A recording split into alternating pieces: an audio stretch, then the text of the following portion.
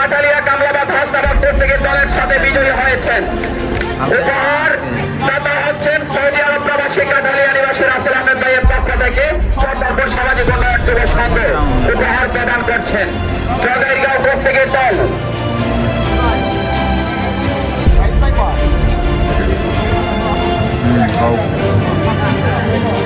শাহপুর পাগোয়া, তারপর জগাইগাঁও প্রত্যেকের দল 5-2 ব্যবধানে কাটালিয়া কামলাবাদ হাসনাবাদ থেকে দলের সাথে বিজয়ী হয়েছেন।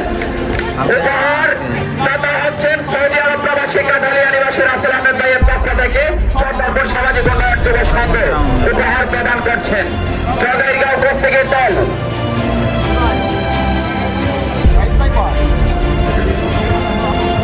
Oh.